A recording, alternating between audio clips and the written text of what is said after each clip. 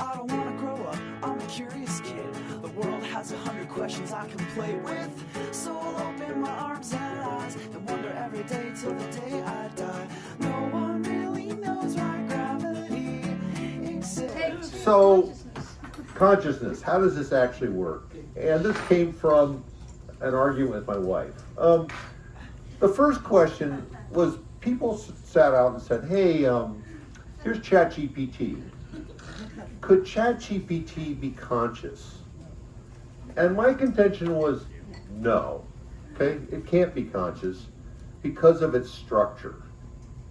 Now, when you think about that, you think, well, how do we know what's conscious? I mean, if I look at you, Trucker, I assume you're conscious because you have a structure like the structure I have, okay? And the people in this room, we all assume we're conscious because of the structure of what we have. Now, humans are terrible at this experience. They look at dolls and they anthropomorphize dolls. They look at rocks and they think there's a spirit in the rock. And we're lousy at looking at something and deciding if it's conscious. Now, the question is, what are we really talking about? What is consciousness? What are we talking about? Well, is it wakefulness, responsiveness, awareness, attention, self-awareness, sentience, qualia, the sense of self? Now, what's a qualia? The qualia is you look out and you see there's a black curtain. Now, I can experience black. Is there some place in your brain that does blackness or blueness or red? How does it do this? Now, the first thing you have to realize in thinking about consciousness is that the only thing in your brain are signals. There's no pictures, there's no room with a view, there's none of that stuff. There's just neurons, and it's the firing of neurons, and it's information. Now, in 2004, they got a bunch of neuroscientists together and they said, we have no idea how consciousness works. We have no idea how it emerges. We have no understanding of it. We shouldn't even study it because we can't define it. And the question is, how do you define this thing? How do you test it? We have a Turing test. If you take ChatGPT and you ask ChatGPT to pass the Turing test, it could pass the Turing test, but it's clearly not conscious. So we have to get at what is this thing we're talking about. Now, as an anesthesiologist, I get paid a lot of money to get rid of consciousness, okay? And I also get paid to bring it back. People want to kind of go bi-directionally on the consciousness thing. And the bringing it back is kind of harder than having it go away. And our test of consciousness is pathetic. We say to you, in your language of choice, Bob, open your eyes, or whatever your first name is. We don't use the last name because that doesn't work when you're just barely regaining consciousness. And if you open your eyes to command, we say that person's conscious, okay? That's our test. It's a pathetic test. I know how to say open your eyes in about 5 different languages because you have to use the primary language of the person and their first name. Your last name comes in about 10 minutes later. There's a process of booting to get that all to work. Now, is this an absurd definition of consciousness? To us, it's very functional. Are you conscious or not? You know, open your eyes. And when you think about it from an engineering point of view, this is responding to a sensory input with a motor output. And you have to interpret the speech, open your eyes. And so your brain is processing a sensory input, sound. It's running through your speech center, and then you're sending a signal to your motor center. So that's pretty good test of how well your brain works. And there's this sensory input, CNS processing, output. Now, anesthesia, what we do in anesthesia is we take people and we separate a bunch of stuff. We get rid of anxiety. We deal with the autonomics, we deal with pain, we deal with placebo effects, we deal with memory, consciousness, movement. We kind of separate all of those things. I can make you so you can't move, okay? You're still awake, you're still remembering stuff. I can make you so you can't remember anything, but you're still answering questions. I can make you so you won't react and don't even care. And I'll say to you, gee, are you in pain? You're like, yes. And you say, you want me to stop? It's like, I don't care. I mean, I can make you do whatever by separating out these parts of your brain chemically. Now, we turn off consciousness, we turn it back on again, but what is it? Okay? Now, the other thing, I asked this question of Ted Eager, the guy who developed many of the anesthetics we use today when I was a resident. I said, suppose you took all of the anesthetic out of the brain at time 0, how long would it take to reboot? And he looked at me and kind of left the OR, didn't come back for 2 hours. So that was the wrong question. But when we turn people's brain off, it takes a certain amount of time to reboot whatever it's doing. As people get older, it takes longer to reboot, okay? And you could tell because the person doesn't know their last name, doesn't know their second language, half an hour later they know their last name, they know their second language.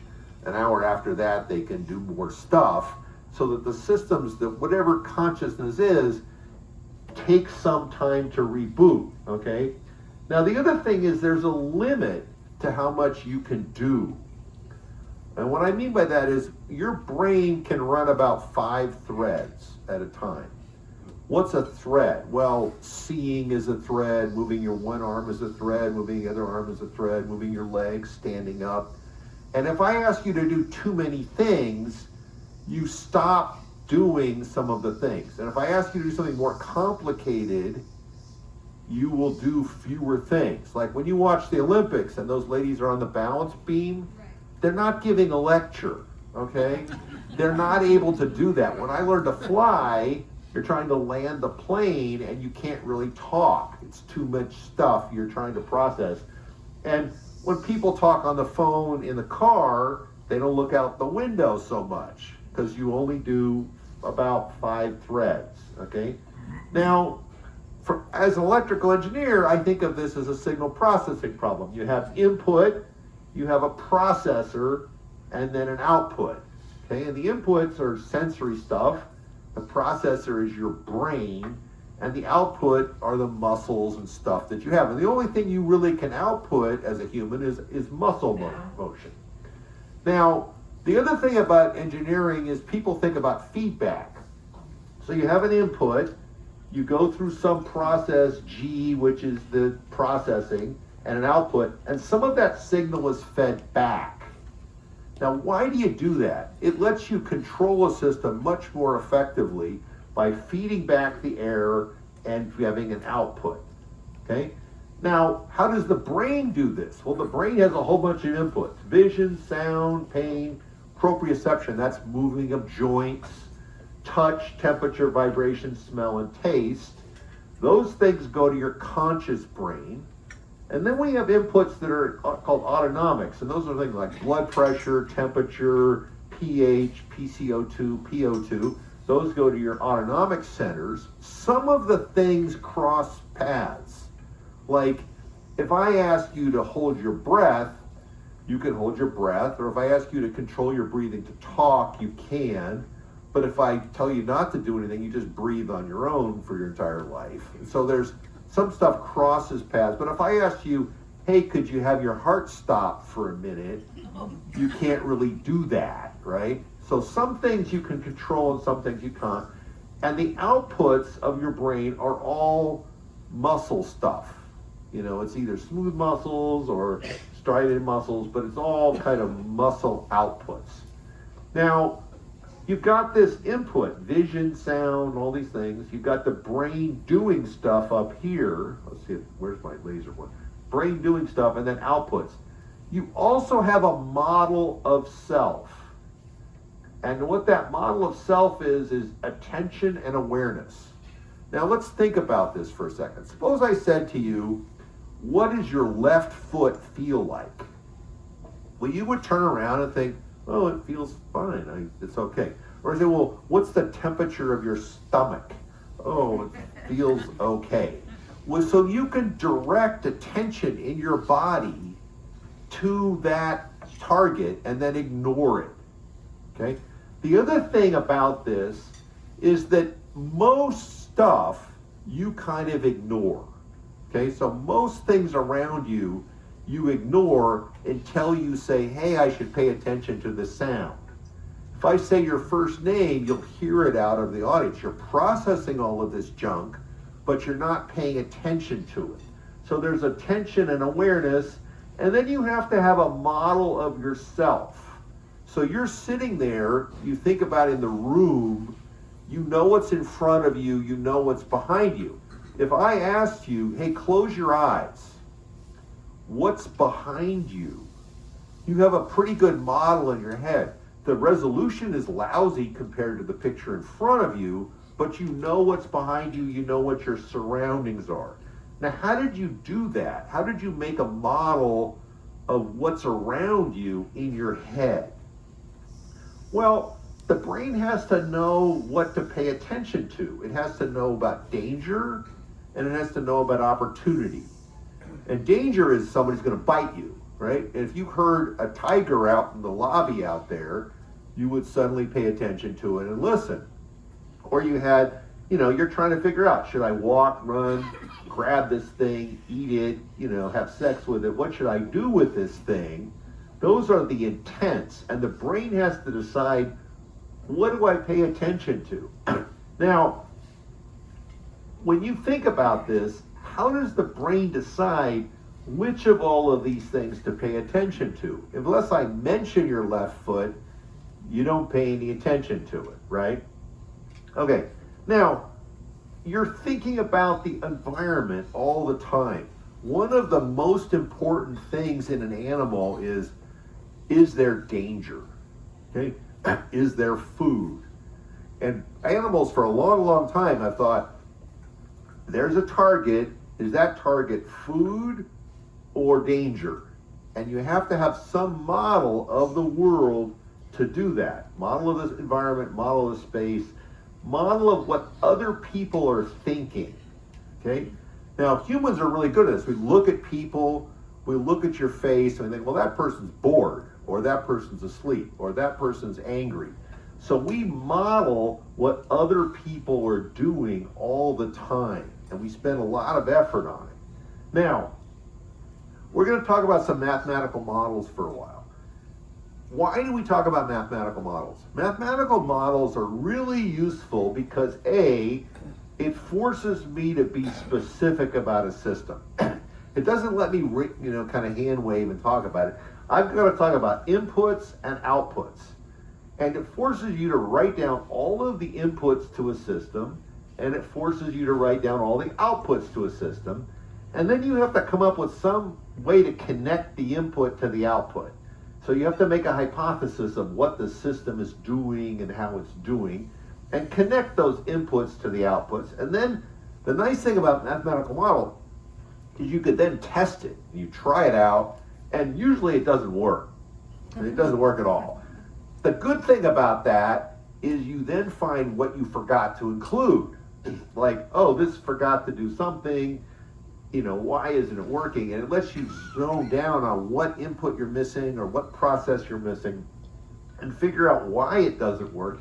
And even if you never get to the answer, this generates hypothesis and lets you test stuff.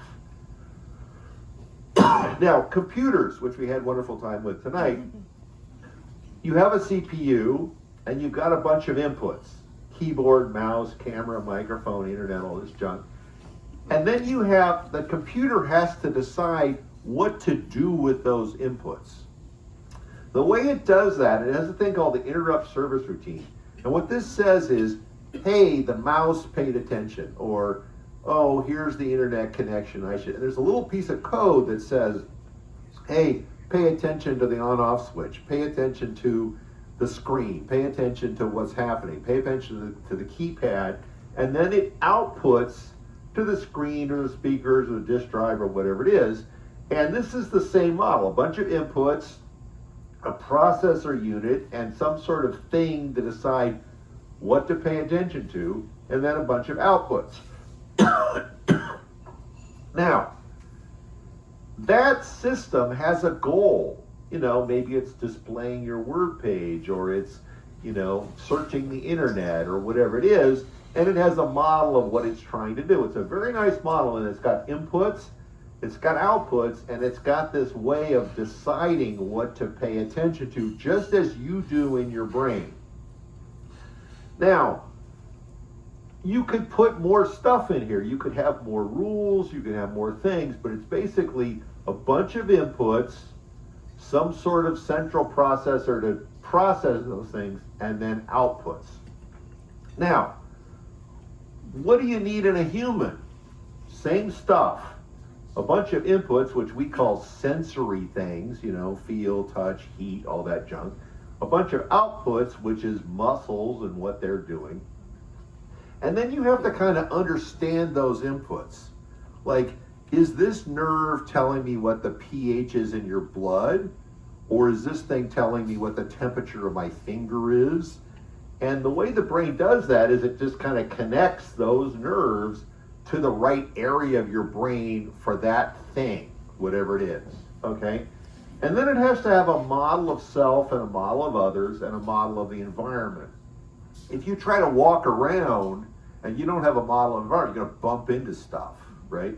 So you have to kind of know what to do and decide what to do and figure out what to pay attention to. Now, how does your brain do this, okay? When I went to medical school, I was very excited, and they said, the center of consciousness is in your medulla. And we're all like, wow, that's great, And if you put an electrode here and eliminate this thing, the animal is no longer conscious. Wow, great. And I studied the brainstem for a long time, and what you found is that's the place that's essentially the thermostat for your body. It knows what your blood pressure is, it knows what your heart rate should be, it makes you breathe. Sure enough, if you destroy your brainstem, you're not functional, okay? But that's not where consciousness is. That's necessary. It's essential to have you breathe and have a blood pressure and all those things, but it's not really where you are, whatever you is. The other thing about anesthesia is one of the reasons I have a job is that when I put you to sleep, you stop breathing. And apparently chronic breathing is important. They taught us that in school. And your blood pressure doesn't get controlled anymore, and your blood vessels don't do the right stuff, and your temperature regulation goes bluey. And so we spend a lot of time kind of replicating your brainstem to make sure you're breathing and your heart's beating and all that kind of stuff. But that's not where the model of you is, okay? Now, for people who don't have as much neuroanatomy, this is your cortex, okay? And there's a bunch of areas. There's the occipital cortex where you kind of see stuff. There's the central sulcus. There's sensory areas. Then there's motor areas. So there's sensory, kind of comes up to motor, and then this is the prefrontal cortex, which is where you think about stuff and plan things and all that kind of stuff, okay? Now, in consciousness studies, people spend a lot of effort with vision. And the reason they use vision is it's kind of a nice model. You can show people a picture, you see if they recognize it. If I show you a picture for less than 80 milliseconds, you won't see it. You won't recognize that you saw the picture. Okay? Your brain will have processed it, but you won't recognize it. If I send that image to you for, say, 200 milliseconds, you'll be able to say, oh, I saw the cat, or whatever it is. If I test you within 1 second of that 80 millisecond frame, you can kind of answer questions like, is it on the left or the right? You're obviously processing the picture, but it's not in your conscious experience, okay? So that's very nice. You can put in an image, you can say, oh, did the brain see that thing? And the way this works is it goes to your eyes, then it goes up to the thalamus, then it goes to the occipital cortex, and here you're processing the picture and trying to decide what is that thing, okay? Now, you think, okay, signal comes from eye, goes up to thalamus, goes back here to the cortex, and you say, oh, okay, there's that thing. Just because you've got a signal here in the occipital cortex doesn't mean you will recognize that thing or even be able to answer a question about it, okay? What happens next is the occipital cortex, if it's interesting, if it lasts more than 300 milliseconds, will send that image to the prefrontal cortex. And the prefrontal cortex will say, hey, that was kind of cool. That's an important picture. What a nice thing. And then and what will happen is you'll get a thing called the P300 wave. And what this is if you look at the EEG, this red line, nobody paid attention to that thing. It didn't exist. The blue EKG, which is a wave that kind of goes from the back of your head to the front of your head, is called the P300 wave. And it says, hey, that person is aware of that image. They saw the image. Now, that signal goes to the prefrontal cortex, and then you send it back to the same place that you saw, the original place where you imaged it in the occipital cortex. So it goes in a big loop back to the same place.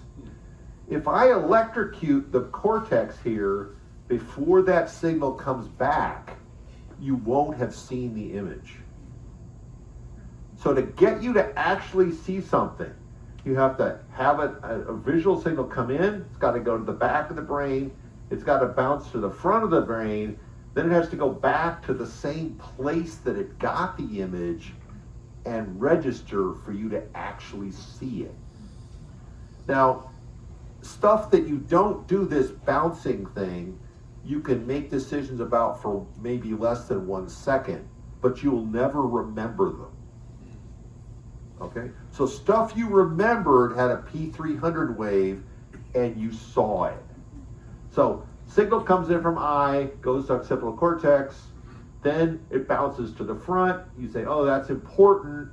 Then it bounces back to this place, and then it says that's important. The other thing it does, which is kind of amazing, is there's a part of your brain called the thalamus, and which is kind of the switchboard of the brain. It sends signals back to the thalamus and says, hey, that was interesting, get more information on that. Ooh, that's interesting. Okay, so that's an interesting thing. Let's get more signal. So why is there this feedback where you bring in an input, you bring it to the sensory cortex, you make it aware, you get to the prefrontal cortex, and it bounces around in a recurring, reiterative signal for some reason. Now, when you think about the brain has a thing called the homunculus. And what this is you have different parts of the brain that deal with different parts of your body. Like your foot is in the central sulcus, and then your arm goes out here. And stuff that has really good sensitivity, like your hand has more area, your tongue has more area. And then you can also say, well, this is for motor of your tongue, this is for sensory of your tongue. And the brain has a kind of limited mapping of this space. It doesn't have unlimited space for everything. It has like, hey, I've got one little place that I can do your tongue, I have one little place for the thumb, I can do one little place for your foot. And if I stick an electrode in there, you'll feel it. And if I stick an electrode in here, you will twitch your foot, okay? And those things are kind of right next to each other. So you sense it and then it goes across, okay? Which is interesting. It's like, hey, that's not very far. It's like right next to it. Now, why is it right next to it? Your brain has about 1,200 square centimeters of cortex. And there are like 14 to 15 billion neurons in the cortex, okay? And it's got, the problem with that is each one of those has between, 1,000 and 50,000 connections. So there's like 150 trillion connections in your brain. That's a big number, right? We're talking about, 10 to the 14th connections, okay? The problem is, okay, you've only got 3 billion base pairs in your DNA. And we're talking about, whatever it is, 10 to the 14th things I have to define. So you can't really have all of that stuff in your DNA. There's just some other way it's doing it. The other thing about your brain that's kind of embarrassing is it's really slow. Okay? Your brain runs at between 10 hertz and maybe 100 hertz. Your eye runs at like 18 hertz, which is pretty pathetic. I mean, how many people have a computer that's like gigahertz, right? And we're trying to get the gigahertz computer to work with a like 10 hertz human, right? That's kind of embarrassing. Now, what that means is that you can respond within about 1 second. So you can't really have millions of neurons doing something. You have to have probably less than 10 circuits between the input and the output. That's kind of surprising. Like if I can say something to you and you can move your hand in less than a second, that means you have to bring in that sound, decompose it, figure out what it means, make a decision, send it to your motor cortex, and then move your finger in less than a second. That's pretty fast for this very, very slow computer. Now, you've got this huge number. How does it do this? Well, one of the ways that people think it does this is that there's kind of one standard circuit in your brain. When you look at a picture of the brain, you're like, I'm never going to figure that out. There's just a jillion connections. The idea is that there's one standard circuit called the predictor comparator circuit. And what this thing does is it looks at the incoming signal and it tries to predict what's going to come in. If what's coming in looks different than that, it sends a signal to the next layer. And if it doesn't look different, it doesn't do anything. Now, why does this make sense? Well, number one is biology is kind of crummy at making new stuff. Biology can make one thing, and if it works, it then makes an enormous number of copies of it. So it makes sense that you could define one predictor comparator circuit and then make 300 million copies of that circuit. Okay?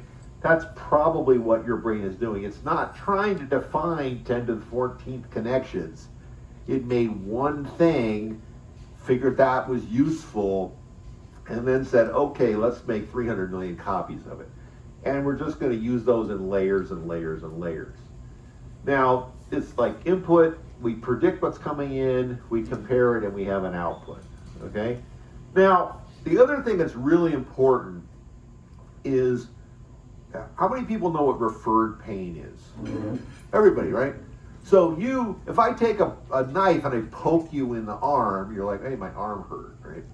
But if you have something internal to your arm, you map that pain to the same place as the skin. Like, someone has a chest pain, they map it to something on their chest, right? We even say the same thing. You're having angina from your internal organ, it's mapped to your skin over your chest, or your gallbladder, or whatever it is. Now, the sensation's a little bit different, but the reason is your brain doesn't have enough CPU space to map all of your internal organs. It's cheating. It's like, I'm going to map your internal organs to the same stupid neuron that's for your skin over that organ, right? Your gallbladder, okay, it's here. It's not a different circuit. Now, what does this imply? What this says is the cortex is using the same neurons for multiple purposes. It can't really have a giant map, okay? So, we got some ideas. We got reuse the circuit, not too fast. We have inputs, we have outputs. How does this apply to consciousness? Well, let's think about this. You're an animal, and you're sitting there in the jungle, and you see another animal over there, and you have to decide, is it going to eat me, okay, or not? Well, that's a really important skill for an animal. You need to know, is that animal a friend or foe, and does it want to eat me, meet me, or fornicate with me? And you need to be able to predict what other animals are doing, okay? And you need an area for prediction of the animal's intensive self. Now, here's a question. When you're thinking about yourself sitting here, do you know where you are, right? You know where your skin is, you know where your arms are, you know what your intention is. If you were going to be cheap about designing this, wouldn't you use the circuit that predicts others for predicting yourself, right? That's what the brain does. The brain sits there and says, hey, I'm going to use the same circuitry for predicting others that I used to do to predict myself. Now, how does this work? You got a sensory input. You go to the sensory cortex to experience that sensory thing. It goes to awareness. It goes to the prefrontal cortex and it feeds back. We talked about that, this reiterative thing. Another input comes to the front, goes around. Now, the other thing about it is that you synthesize multiple signals. You have sound, you have light, you have temperature, you have all those things. These areas are all talking to each other to make a synthetic thing all in one package. And so they bring in the signal, they run it around, and they make this model of you in space in the sensory cortex. Okay? Now, a lot of this junk is unconscious. You don't pay attention to it unless it comes into sense of self. Okay? But you then use that space, the same one you're using to model where you are in space, to model others in space. Okay? So sensory input, sensory cortex, awareness, prefrontal cortex, and around and around and around, over and over and over and over again to figure out what other people are doing. And then there's some stuff that, you know, sensory input from like PO2, PCO2, all this junk goes to brainstem and goes to the output. But this is not something you're aware of. You're only aware of the things you need to drive the motor system. Okay? Now, it gets more complicated, the more connections. The other thing that's weird about this is not only does it feed around over and over and over again, but it then goes back to this switching thing in the bottom, the thalamus, to say, give me more information. Now, let's do an experiment. What I want you to do is think about the last photograph you took with your phone. Were you happy with it? And when I take a picture with my phone, I was like, that isn't as good as reality. Like, that doesn't look as good as reality. Reality always looks better than the picture, right? And I think I'm not Ansel Adams, I agree with that, but it's never as good. Why is that? The reason the picture from your phone is not as good as what you remember is that when you look out, you are making a synthetic image of a lot of stuff.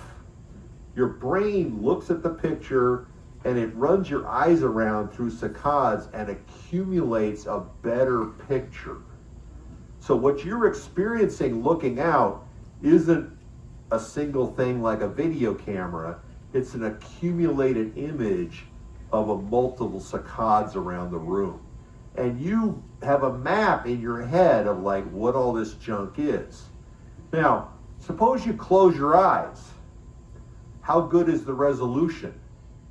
It's kind of less good, right? Or you think about what's behind you, it's less good. It's not as good as this thing in front because you're not continuously upgrading the picture in your head. Now, where is your sense of self? You know, where is that in your head? It turns out there's a thing called the superior temporal sulcus right here. It's on the, this is the temporal lobe, this is the frontal lobe, this is the occipital lobe. And this area accumulates a model of you, what you're up to, okay? If I ask you, hey, you know, let's put you in an MRI and look and say, imagine yourself, this area lights up. If I say, hey, think about somebody else and what they're doing, the same area lights up. You use the same part of your cortex to make a model of you as you do and make a model of others. And this is an incredibly valuable thing, because you're an animal sitting there trying to not get eaten. You want to think, hey, what's their intent? Then you stop thinking about that. You think, what am I up to? Well, it's using the same stupid circuit right there, okay? And it takes in social cognition, biologic motion, auditory processing, multisensory, face processing, and processes it all in this one little area. If somebody has a stroke in this area, they're destroyed. They're not a normal person after this. And when you talk to a neurosurgeon about this, oh, we never go there. We leave that alone. That's not a place to go. Temporal, there's another little area next to it, same sort of thing. It integrates the information from the environment, it integrates this thing and builds this model of self right there, okay? Now, what's going on? There's different areas, you're processing this thing to make a model of you and others with the same area, which is kind of interesting. And then there's areas that go on and say, okay, this thing is lateral, but you're basically taking the sensory area and duplicating the effort of it because you don't have enough brain, okay? So the sense of self, sensory input is processed, that it's identified as important, like I care about this thing. I forward it to the prefrontal cortex, then I feed it back to the same area that came from before, and that feedback amplifies the signal. You build up this thing. And then you ask other areas of your brain to feed in information to say, what more do I need? And there's a recursive sensory feedback to make that sense of self. Okay? Now, why is recursion useful? Because you can amplify the effect and accumulate information. Just as you accumulate information in an image, you're accumulating information about what you're doing in this little area and feed it around and around. Now, there's a whole bunch of consciousness models. Many of them are kind of stupid.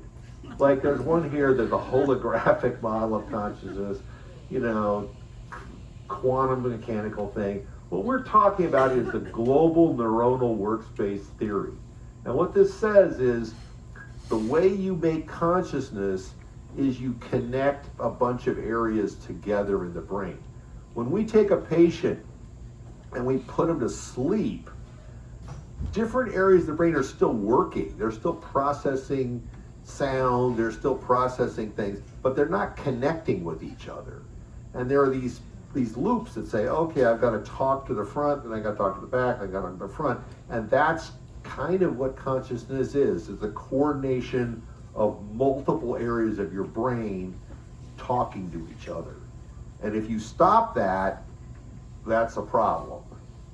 The other thing that's kind of interesting is if you have people who have depression, severe depression, and you measure prefrontal cortex functioning with a laser, it's not working very well, and they don't remember a lot of stuff. They're not processing the information in this way to remember it. Now, you will see a bunch of people talking about the Cartesian theater. Descartes, the guy who invented graph paper and plots and all that guy, had this theory that all of you was in the pineal gland. Now, why was all of you in your consciousness in the pineal gland?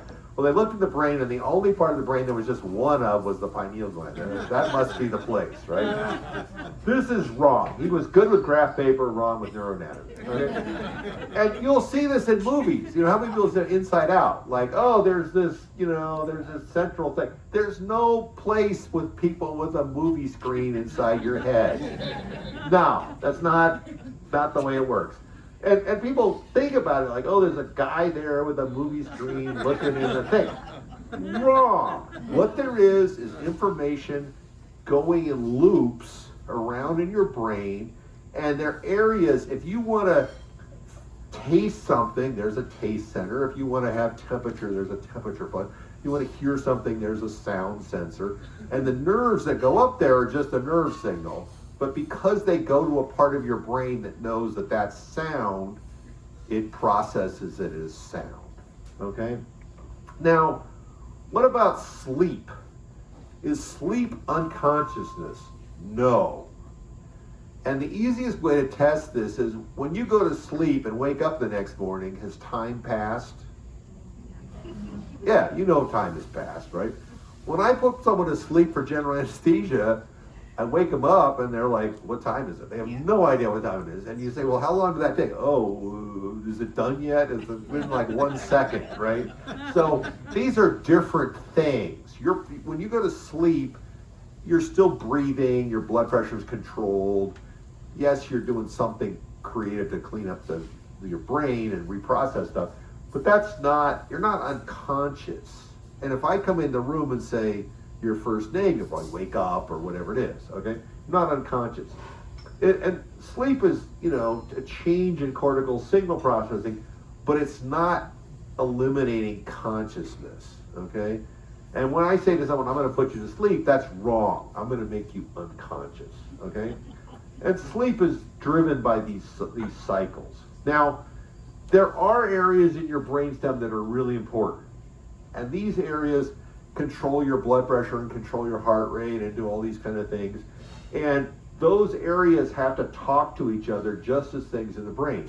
If we take a bunch of electrodes and stick them in the brainstem and then give a drug which makes someone unconscious, those areas stop being coordinated and the person's unconscious, and then you wake them back up again and those areas are coordinated again. So it seems that consciousness is a coordination or synchronization between multiple areas in your brainstem, okay?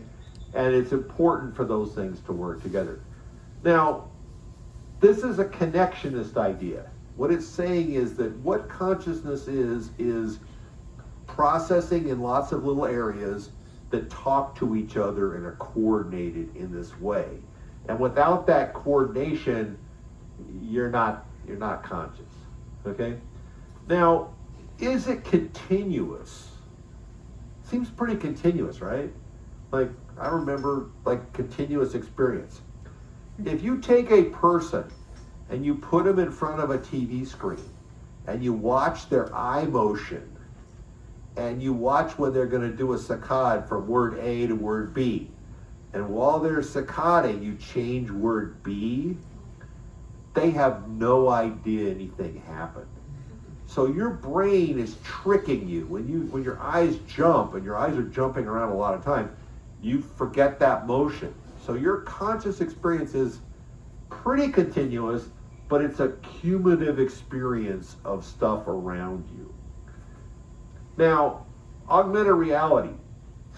We can add stuff to your memory. We can add things to your experience. My wife and I went to Vienna, and we went to Freud's house.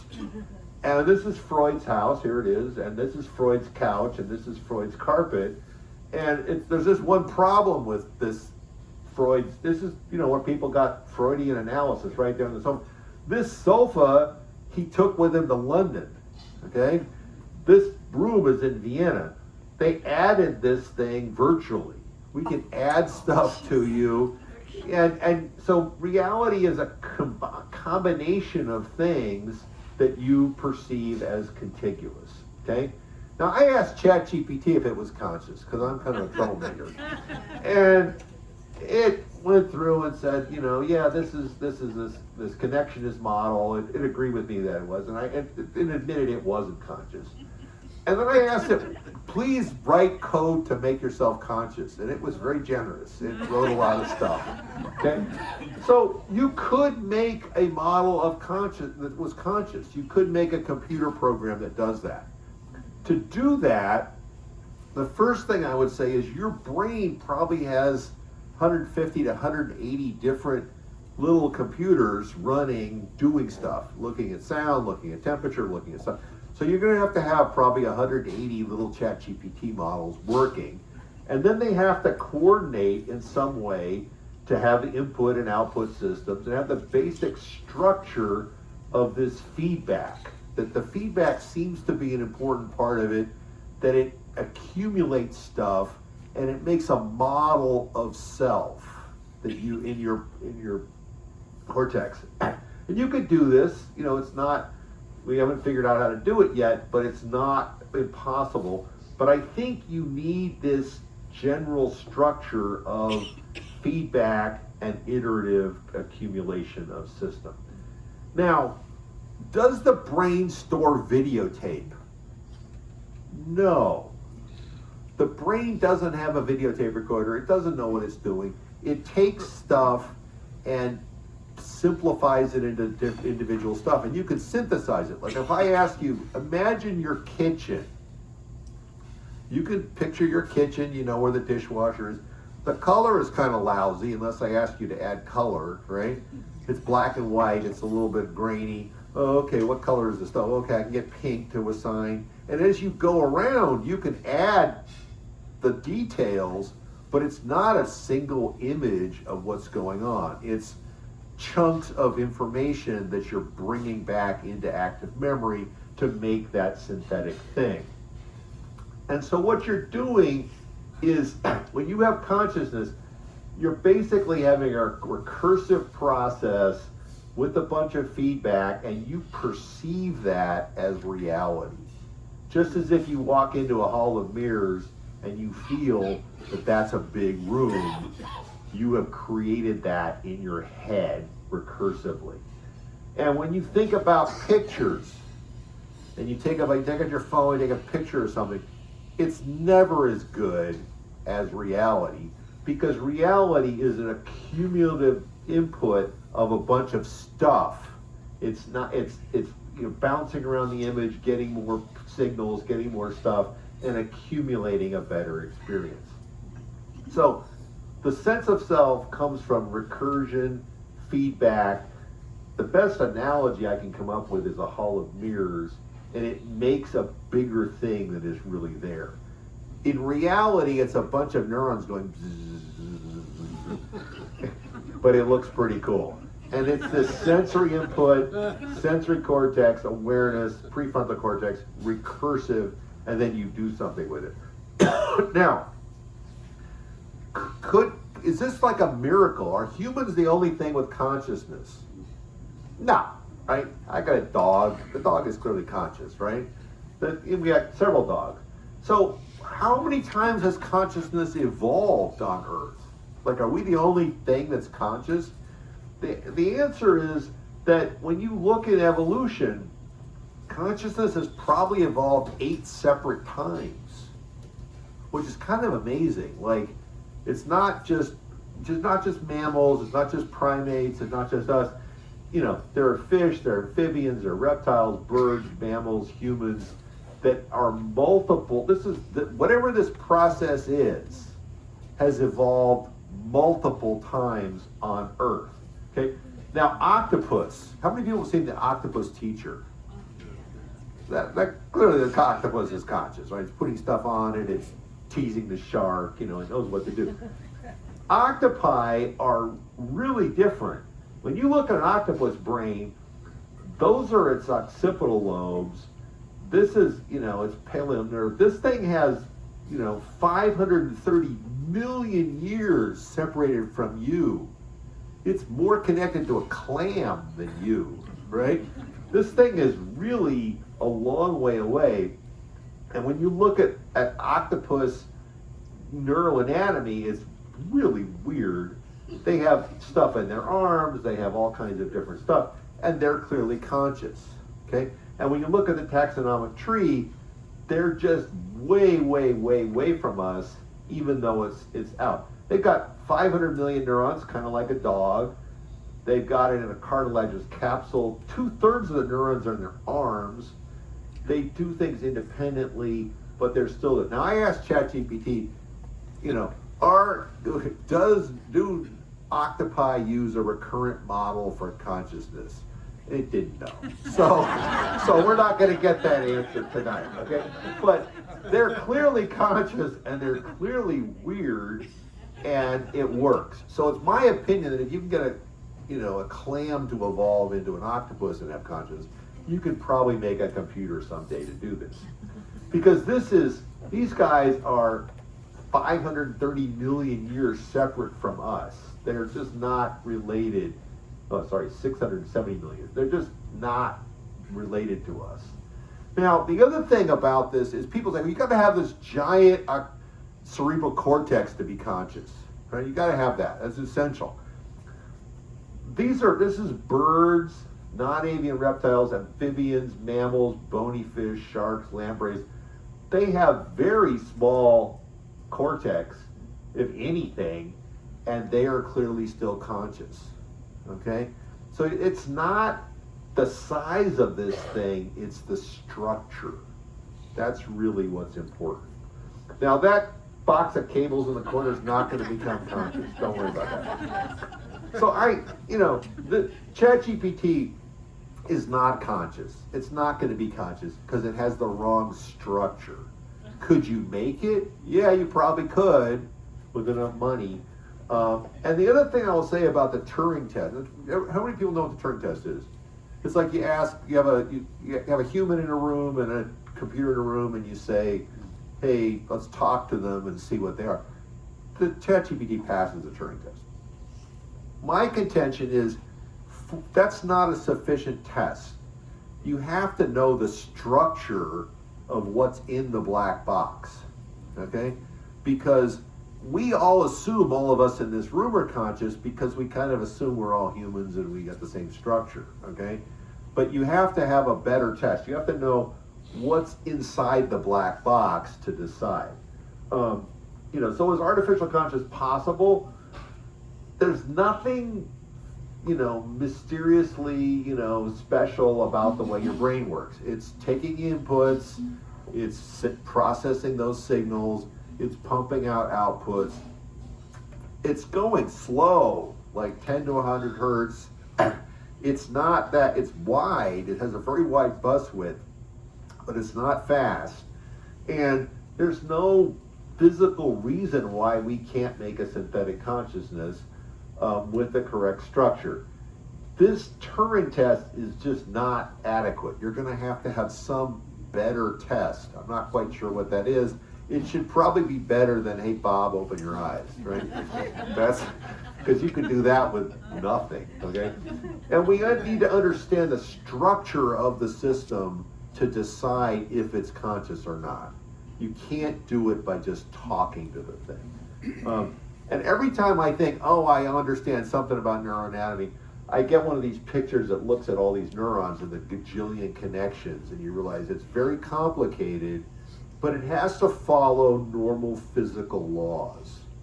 And those normal physical laws can define, engineers, what do I need? I need an input, I need an output, it's got to process information, it's got to do it at this speed, and that lets you put limits on the system and figure out how it works. So thank you so much, and I hope you enjoyed it. Other questions? Yes. So one thing that I don't get about this, when you talk about consciousness, you seem to act as if things are conscious or not conscious. But to me, it seems that there's clearly levels. I mean, it's a quantity. It's not a quality. And so you can take the simplest amoeba or something and say, well, that's conscious in a sense. I mean, it's. Art, will you repeat the question? The question is, are conscious levels? And the answer is, yeah, I agree with you 100%. Like you got a rock, not conscious, and you got a human, pretty conscious, and you got some spectrum between the two things. There are clearly animals that have a memory and can plan and can, have more view of the world. I think as we do this more and more, we think about it, you're going to realize, well, that animal has a model of itself, it has a model of others, it has a plan, it has a history, it's doing something, and we need better tests of this, and we need better definitions of what it is, because it's clearly a graded system. And related to this is, I think it's also learned. I mean, you look at these people out here and we say, okay, they're all conscious, and we have this idea that they have all the same sort of consciousness. And to me, that just, when I read Daniel Dennett's model of consciousness defined, that's how Daniel Dennett thinks. I don't think like that at all. And I think we Well, all learn differently. This is an argument my wife and I have all the time, which is define consciousness. Define it, because there are people who have different definitions of it. And my definition is simpler. My definition is, do they respond to something? Do they process that information? Do they have memory? You got to kind of come down to defining your terms exactly. If you decide, hey, this person has to be able to identify a white spot on its forehead to be conscious, then you say, well, gee, it's, a few dogs, some parrots, some humans, and an elephant. But if you say, gee, this has a memory of space and can plan, then it's a whole bunch of other animals. So yeah, it's a graded thing. But I think the important thing is it's not, the fact that it's evolved 8 times on Earth means it's not some miracle that we can't figure out, that we can't make a synthetic model of. Does that answer your question? No. No, what a definitive answer. Yes. Would you say though that there are some plant species that are conscious though? Because if you look at like trees that live 2,000 years, the largest aspen grove spans 4 states, and When you fungus look, that communicate over millions of miles. when you look at the literature on this stuff, there's a lot of different views of what it is. There are philosophical views. There's all kinds of stuff. I'm sort of the belief that you got to have an input system and an output system and a memory of some sort. That's the word I use for it. Trees don't have, and they don't respond in an input-output memory kind of thing. Yes, they accumulate fluids, they accumulate stuff, but I would say not. Now, what about a Venus flytrap? Venus flytraps have sensory signals, they have motor signals, they kill things, and you can anesthetize them with the anesthetic agents that we use for you. Ooh, okay, what's that? So I think you have to kind of decide what you mean by conscious. A lot of people are like, oh, the universe is conscious. Well, does it have a memory? Does it have input? Does it have output? I don't see that. So yeah, it depends how you define it, I think. Yes? You say that consciousness has evolved 8 times. Can you say it louder? You say that consciousness has evolved 8 times in our world. How do you know that, and how are you defining an evolution? What you do is you come back and you say, okay, what animals are conscious? And when you look, there are parrots that are conscious. You can talk to them, you can give them instructions, you can say pick up the red block, they pick up the red block. They're clearly input, output, memory. There are fish we had fish in our house that you could play with a laser pointer and they knew it was you and they would come out to look at you to eat. I mean, there are different species that clearly act like we do for consciousness. Dogs. Then you go through the taxonomic tree and you say, well, here's an animal that split off 500 million years ago. And all of its relatives at 500 million years ago were things like clams. Well, I don't think a clam is all that conscious. And then you say, here's an octopus that can throw things at a shark and camouflage itself. It's clearly conscious. So that's how they do it. It's a taxonomic tree. That when you look at mollusks, it's evolved 5 separate times in mollusks. That's kind of shocking. So it's evolved multiple separate times because of where it is in the taxonomic tree. Yes? You mentioned earlier that you favor a structural definition for consciousness. This work doesn't use that. Can you talk about how you reconcile different theories of consciousness for that? There's a gajillion theories. Yeah. And you have to kind of, the global workspace theory is kind of the one that's works best when you look at the P300 wave and the effects of anesthetics on consciousness and what happens in your brainstem and the neuroanatomy. So is that correct? I don't know. It's the best theory we can come up with right now. Sure. One other point, I would argue that ChatGPT and other AIs cannot pass the Turing test. We can fight about that, but there's a lot of people who think they're psychiatrists. Is the ChatGPT? That's a different. You know, what should I do today? You know, they're talking to it for 3 hours. You know. Yes. Aging. Bad. Don't do that. Yeah. Alternative, worse. Right. Yeah. How does that brain shift? How many researches have they done on aging in terms of the connections changing or any of that stuff? There's a whole bunch of work on, you know, how many neurons people have over time and what happens with atrophy of the brain and what happens if you use your brain more as you get older. And then there's a thing in anesthesia called MAC. And what MAC is the mean alveolar concentration to inhibit motion when I stab you with a knife. Very sophisticated thing. You poke them with a knife and you see if they wiggle or not. And you can look at how much anesthetic it takes to make someone unconscious by age. And in our computer, we type in your age, and it tells how much concentration of this agent I need to have you be unconscious. So it's part of getting older that you're not as whatever it is, whatever process it is, it's not as robust as people get older. And the other thing that stunned me when I was doing internal medicine was you'd have a person who'd come in and they'd be unconscious, and you work up everything, try to figure out what it is, and they would have a little UTI or something that a young person would just be irritated by and take some antibiotics. And the person's unconscious. You treat the UTI and they wake up, so that older people don't tolerate discombobulation as well as younger people. I think speaking for almost everyone here, I would really like to compliment you on a fantastic lecture.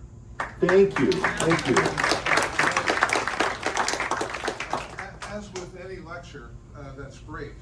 You know, one of the things that it does is not only educate you, but it stimulates a lot of questions and other thoughts. And the thought that really occurred to me during your lecture and that I'm still thinking about is how memory plays such a huge role in consciousness. And the fact that it's very hard to explain memory in engineering concepts. You know, we don't know why people remember things from 50 years ago. How is that stored? It's not stored electrically. You know, is it stored in proteins? We just don't know. Exodendritic spines.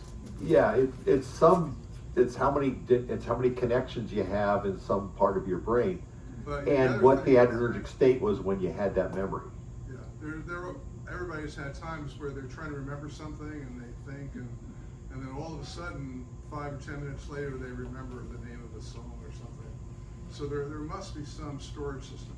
But I did have one very specific question. You talked about how you have to have a signal for a minimal amount of time before you recognize it. I remember a scandal, a couple decades ago when movie theaters were flashing pictures of pop Subliminal seduction, yeah.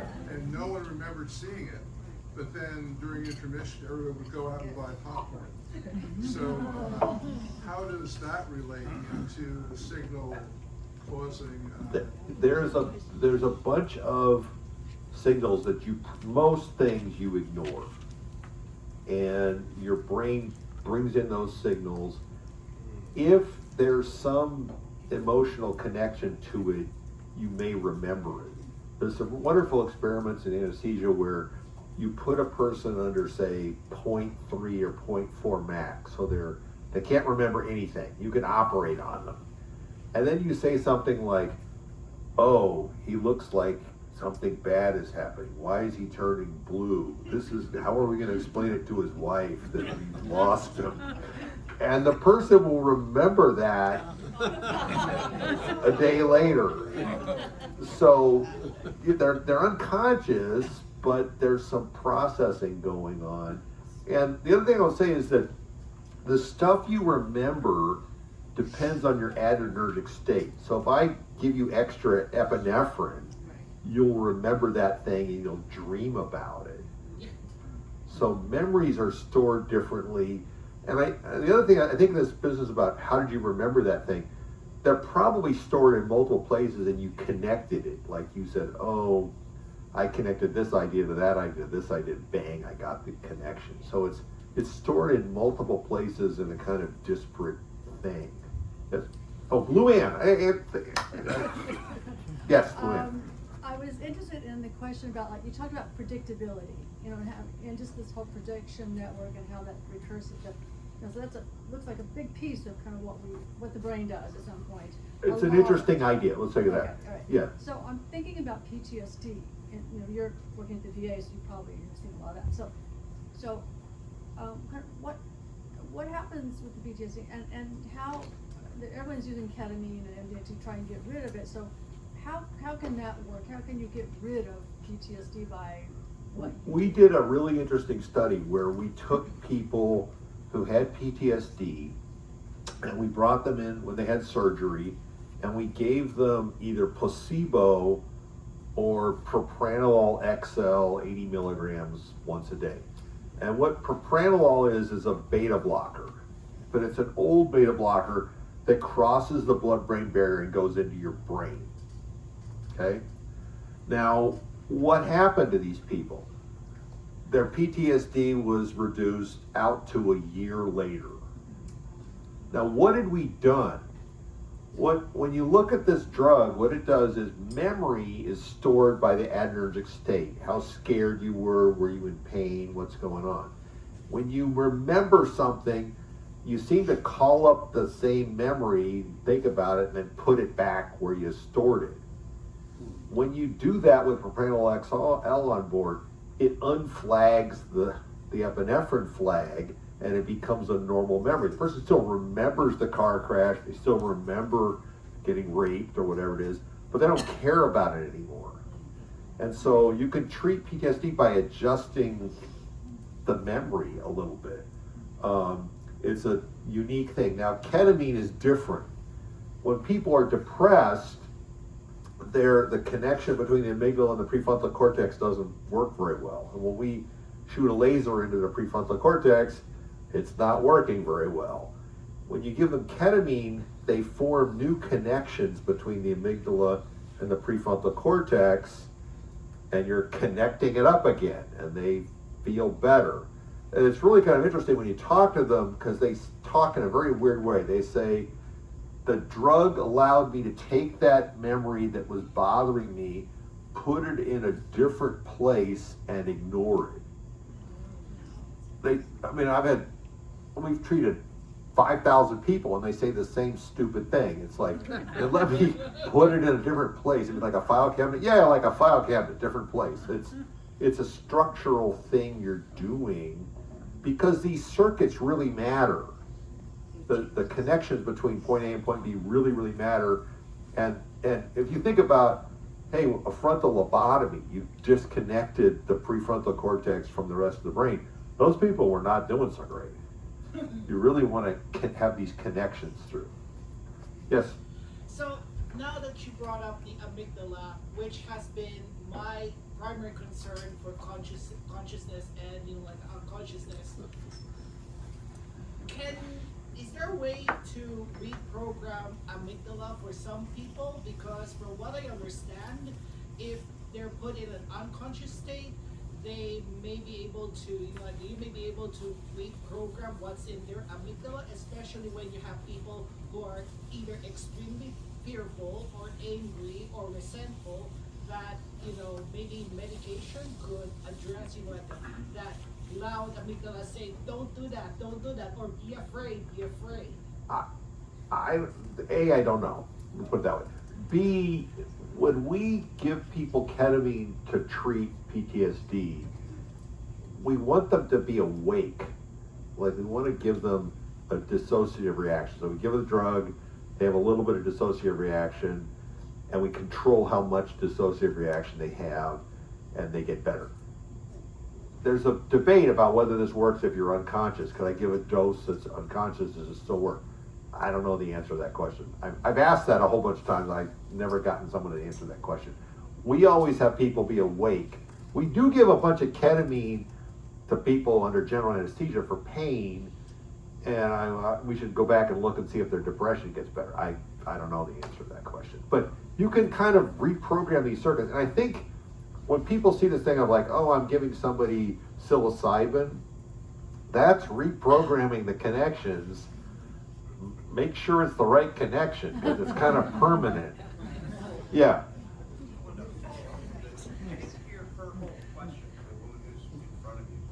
Oh, Luann's question? I don't know if you can summarize, but. Luann, shout it in the back. I was interested in, you know, when he's talking about how important the predictability of circuitry is, you know, that we learn and we get prediction about how something's gonna affect us. Right. And I wanted to know if, in PTSD, where your prediction is that you're afraid of everything, but things that don't make another person afraid will scare the shit out of you, and so are there ways to kind of how can they reprogram that? And they're using ketamine, and I want to the question about ketamine. You can reprogram with ketamine, and you can reprogram it with propranolol. So I wanted to follow up for people too, because that's saying it's really important. There's a woman named, where I've stumbled across this with beta blockers, treatments for phobias and PTSD as well. Her name's Marin County. She's in Holland. And if anyone wants to look at this, it's called Cure for Fear. And it's on YouTube. And it's a documentary. And what she does is, sounds similar. Kind of her breakthrough was, you know, people use beta blockers. Classical musicians are fake. A huge Right. percentage of musicians and performers will take it beforehand to reduce anxiety.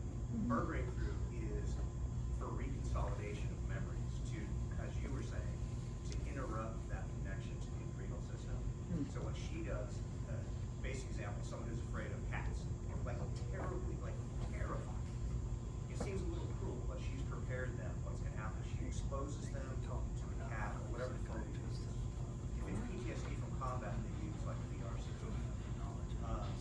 You know, once a person is triggered that as much as they can handle, then it's like, okay, you've been exposed. Then she gives them, you know, a pretty good dose, like 40 or 50 or whatever. You said We use 80, yeah. they just go, she says, go home, nap, sleep, whatever.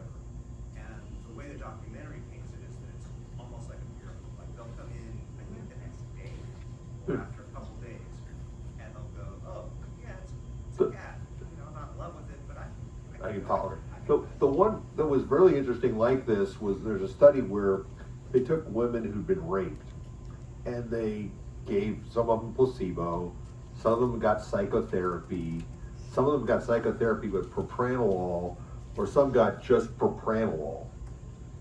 And there was the propranolol worked fine.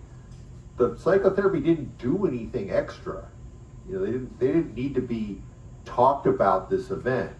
And when they looked at it, what they realized was that people who have PTSD dream about this stuff on their own.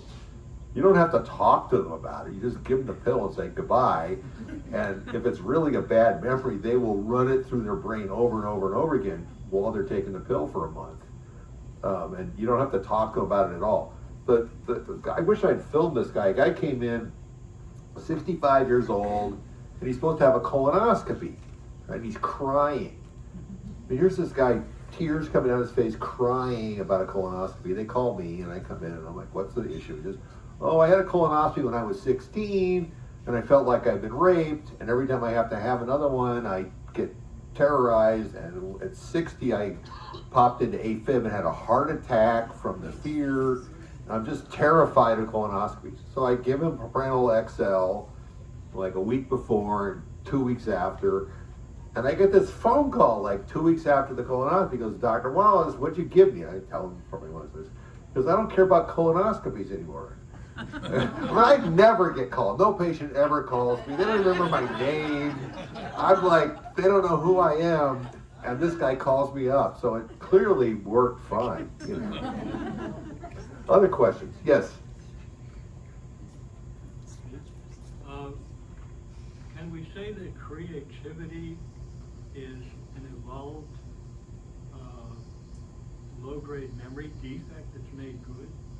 I mean, when does it work? That's an interesting idea. Can you repeat it? Is creativity an evolved defective memory made good? I would say, I mean, I don't know what creativity is. I think creativity is connecting disparate ideas, sort of, you know, like, oh, this would be cool in that situation, or this is a different way of interpreting that thing. The people write whole books about creativity. I kind of wonder what it was, but to me, it's like, hey, I figured out how to do something new with something old, or I reassigned it to something. It's kind of cheating. You're building on somebody else's thing, yeah. One theory was that it is seeing memories that have the same basic structure, but they're in different universes of discourse. Yeah. You're connecting across stuff. Yeah. Because I think that's a perfectly viable. Yeah. I don't know what creativity is, but that sounds good to me. Yeah. Yes. Keep louder. You had talked about sense of self and a sense of others. Does that explain like a mob mentality, or why if I start clapping, other people start clapping? You're watching what other people are doing. You're modeling yourself, and because the brain is kind of limited in structure, you're using the same neurons to model others as yourself. So you're trying to figure out what to do by watching other people constantly. Is that like projection? Also, I was wondering about. There's the psychiatrist. Is that like projection? It's more like emotional contagion. It's emotional contagion Yeah. of others. Yeah. Yes, ma'am. Can you explain near-death experiences in the context of this model? Oh God. What was the question? Can you explain near-death experiences as the context of this model? I have given 20,000 people near-death experiences, and the standard thing they do is they wake up and they're like, "What time is it?" So if you're really dead, you're dead. You don't remember stuff. There are people who are not dead yet, as they said in the Monty Python. And those people have sensory inputs. You know, they got stuff going on. They see lights. They see all kinds of stuff. And those people have horrible memories. There was a study done at San Francisco General before I was a resident, where they took people who had terrible accidents, gunshot wounds, hit by bus, that kind of thing. And those people come in with no blood pressure. And when somebody comes in with no blood pressure, we have to like operate on them without doing much anesthesia, because if you give anesthesia, the blood pressure goes down. And we put a tube in their trachea, and we take them in the operating room, and we operate on them to put them back together again. And when they have a blood pressure, we turn on the anesthetic. About half of those people remembered the experience, which is suboptimal because it gives people PTSD and all that. So we have a drug called scopolamine, which you guys think of as a patch behind your ear. And so when we have someone who can't have an anesthetic, we load them with scopolamine, 0.4 milligrams, and then they can't remember anything. And that's better, because it's good to not remember stuff.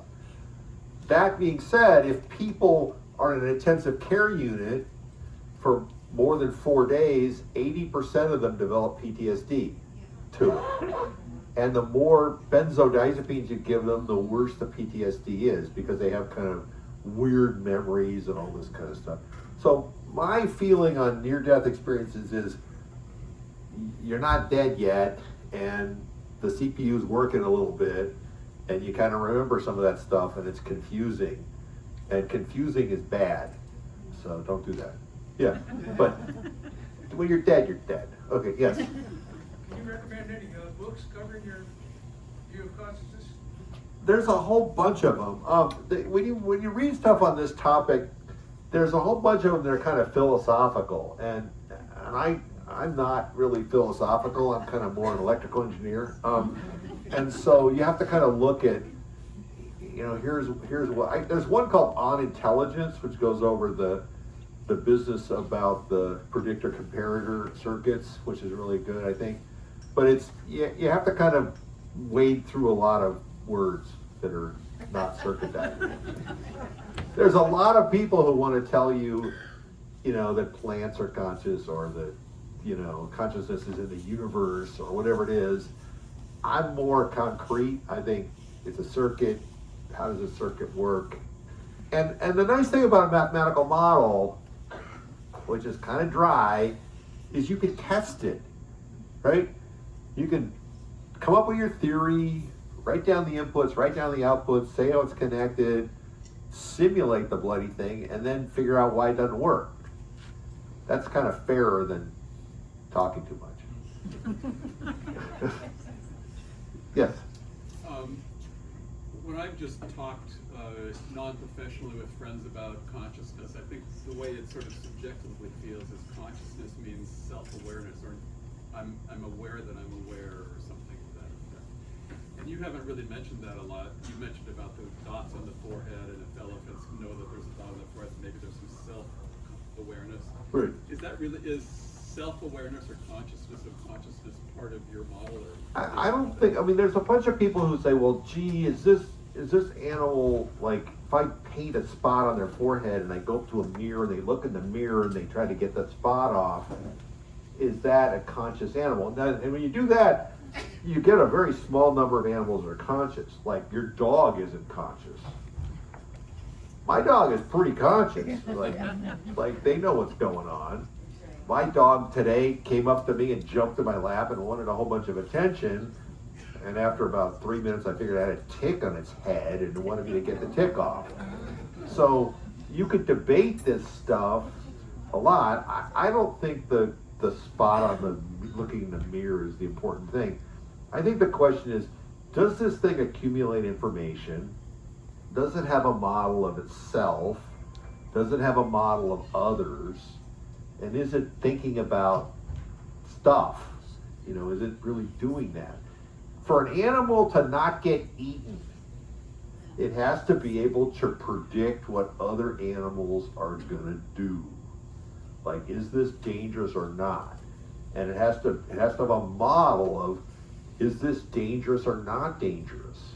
And that evolves into something that, it's a really great thing to not get eaten before you breed, as an animal world. So it's a useful thing, yes?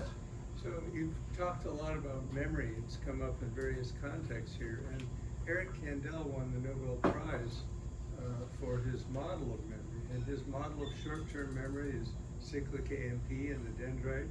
And his model of long-term memory is grown axodendritic spines. And those can actually be seen with microscopes. And we can adjust them with ketamine. Yeah, Yeah. So that's a physical thing. It's a physical connection, you can, and the other thing is, you can model that mathematically. When ChatGPT makes a neural network, what is it doing? It says, here's my connections, these ones are stronger, these ones are less strong, just the same way as the neural stuff is doing it. That's why mathematical models are good, because you can test them. Yeah, yes? It is possible to restructure the brain and the memory, how the memory works. Is there application in some form for things like Alzheimer's, where people can't access what they want? There's a lot of effort. I'm on the IACUC committee at UCSF, at the VA, which is the Animal Research Protocols. And there's a huge amount of effort to try to fix stuff like this. And chemically and electrically and all kinds of things. The brain, some of this stuff is kind of defined, like here's the motor strip, here's other areas, that this is the input to that area. If you nuke that area, you lose that signal. There's some parts of your brain which can reformulate and restructure themselves a little bit. When I went to medical school, the brain didn't change. Brain stuck, done. One fellow MD PhD students figured out that neurons that went to your olfactory cortex regrew. That was kind of the first thing. Oh, look, there's a regrowth of neurons. There's a finding now that if you take people and you say, here's a male age 28, they grow a responsibility center. And the females grow it at like 27 or something like that. If a woman has a kid, the brain restructures a little bit.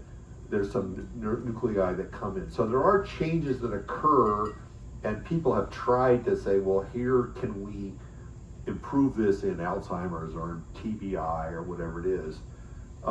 It's hard. We haven't quite figured it out yet.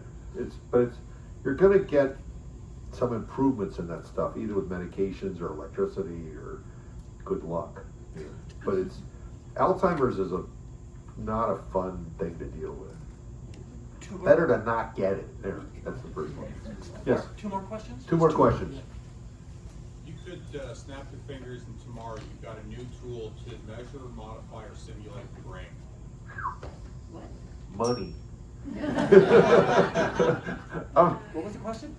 How, if I could snap my fingers and simulate the brain, do what tool would I think computer simulations are incredibly valuable for these things, because you can try it all out, and then you come up with an idea like, hey, this is how this works, and you can go look, does an octopus have a recurrent network that does this?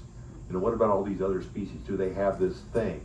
So, I would say better computers and more cash. Do we have the tools to go validate those simulations? I think you do need a better definition of consciousness. Like you need a better, this is what we all agree is conscious. Now, in this room, we haven't had an agreement on what it is. I got what I think it is, but we don't know. We all disagree on it a little bit. So a better definition would help, and then a better test. Like, we're all kind of trusting that everybody in this room is conscious, right? I'm gonna go with that you got it, but there are books out there where they spend the whole 300-page book debating whether other people are conscious. The answer is you can't really tell. I'm supposed to ask one more. I'm glad to stand up here and answer questions forever, but I'm supposed to let people go to the bathroom and have dinner. Yes, ma'am. So, I've seen advertisements for products that's supposed to help your memory. One of them, a well-known one, being Prevagen, which is over the counter. Yeah. So is this mostly just hype? Well, let me ask you a question. I've developed medications, okay? And when you develop medication, you start with some chemical drug, some target, and $1 billion. It's important to have the $1 billion. Really more like 4 billion now, but let's take $1 billion. You take 1 million chemicals, you get down to 10,000, you get down to 10, and then you do clinical trials, and 1 out of 10 of those drugs works. 2 out of 10 hurt people. Okay? So as somebody who's done 25 double-blind randomized placebo-controlled trials, I was wrong twice as often as I was right. Okay? That's what a drug is. A drug has $1 billion of testing, safety and efficacy, and they probably filtered between 1 million compounds down to 1. Now, suppose you live in Utah and you get squirrel gerbil detritus and you put it in a jar and you say, I'm going to sell this for memory improvement, right? There's absolutely no data that says that's good. The probability that that works, I don't know. Maybe it works, maybe it doesn't work. The other thing is when you see those chemicals and when we analyze them and say what's in that thing, frequently it's not even what's on the label. You don't know the dose because they don't tell you what the dose is. And it's kind of, you're giving money to somebody who didn't want to spend $1 billion to make something work. But you're sending them your money. So be careful. You get the placebo effect. There's a placebo effect. So most of that stuff is either dangerous or doesn't work. It's the 1994 Drug and Supplements Act from Utah that basically allowed us to... $10 billion a year goes to Utah for stuff that doesn't work. That's kind of pathetic. And as somebody who's spent the effort to develop drugs, it's a lot of work. And when it comes on the radio and it goes, This is not FDA approved, this is not for any treatment of any condition, this is squirrel extract, whatever. They want your Visa card. That's my opinion, so be careful. And trust me, there's a lot of these chemicals, when we analyze them, you don't know what's in that stuff.